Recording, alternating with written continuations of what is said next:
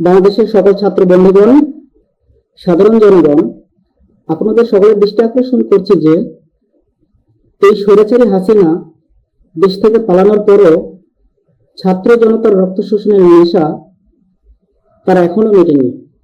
সে ভারত থেকেও বিভিন্ন ষড়যন্ত্রের জাল বুনতেছে।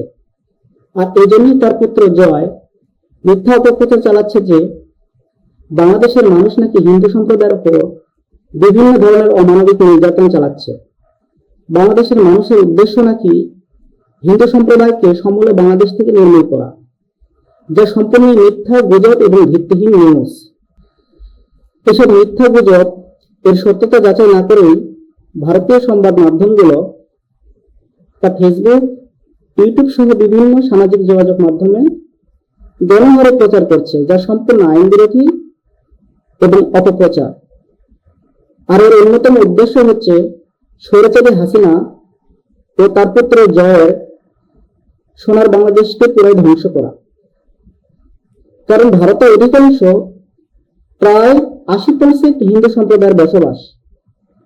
তাই স্বৈরাচারী হাসিনা ও জয় এবং ভারতীয় সংবাদ মাধ্যমগুলো বিভিন্নভাবে ভারতকে উস্কানি দিচ্ছে বাংলাদেশে বসবাসরত হিন্দু সম্প্রদায়ের উপর নির্যাতনের মিথ্যা গুজব এবং বাংলা নিউজের মাধ্যমে, যাতে ভারত বিদ্বেষী মনোভাবাপন্ন হয়ে ওঠে এবং দুই দেশের মধ্যে ধ্বংসযোগ্য ও অস্থিতিশীল পরিবেশ সৃষ্টি হয়, যা বাংলাদেশের ছাত্ররা, তরুণরা কখনোই হতে দেবে না।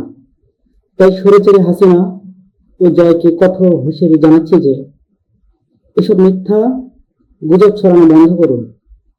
নতুবা মুজিবের মতো স্বৈরাচারী হাসিনা ও তার পুত্র কেউ বাংলাদেশের ছাত্র জনতা বিন্দু মাত্র ছাড় দেবে না।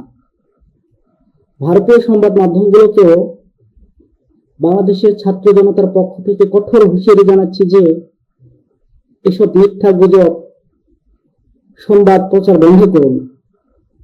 হিন্দুদের উপর নির্যাতন, এসব মিথ্যা অপপ্রচারের মাধ্যমে অস্থিতিশীল মানুষের মাঝে বিভ্রান্তমূলক পরিবেশ সৃষ্টি করবেন না। স্বৈরাচারী হাসিনা ও জয়ের এসব উস্কানিমূলক তথ্য প্রচার বন্ধ করুন।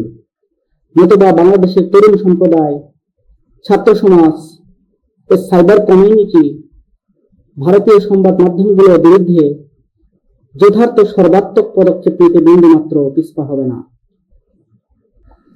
জয় বাংলা, জয় হবে বাংলাদেশের।